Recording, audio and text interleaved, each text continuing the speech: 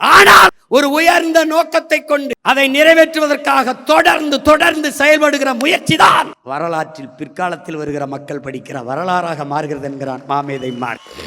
என் அன்பு உடன் பிறந்தார்களே, பேரன்பு மிக்க என் பெற்றோர்களே, ஆலை கரும்பாறையை கலைப்பது வலிமையால் அல்ல, விடா முயற்சியால் என்பதை புரிந்து கொள்ள வேண்டும்.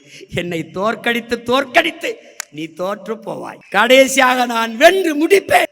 அன்னைக்கு நீ என்னோடு சேர்ந்து சிரிப்பாய். ஏன் காலத்தின் மகன், வரலாற்றின் பிள்ளை, சிதைந்து அழிந்து கொண்டிருக்கிற தமிழ் தேசிய மக்கள் பாதுகாப்பாக வாழ்வதற்கு போராடித்தான் ஆக வேண்டும் என்ற நிலைக்கு தள்ளப்பட்டு விட்டார்கள்.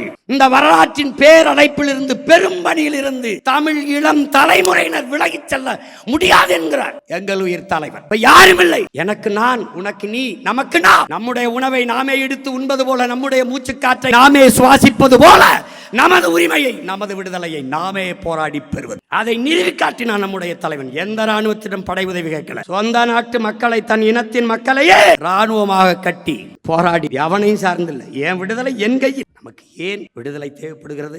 எதற்கு நமக்கு அதிகாரம் தேவைப்படுகிறது?